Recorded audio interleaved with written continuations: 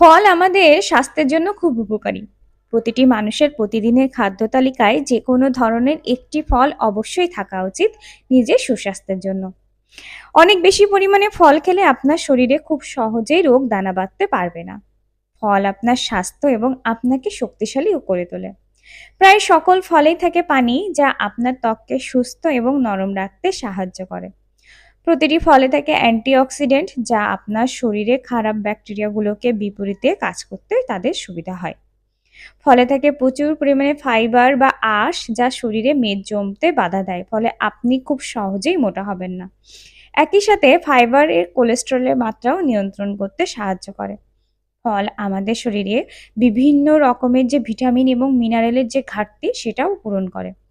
ফল নিয়মিত খাওয়ার ফলে আপনাকে স্বাস্থ্যবান এবং দারুণ দেখাবে। ব্রেইনের কার্যক্ষমতা বৃদ্ধিতেও ফল কাজ করে।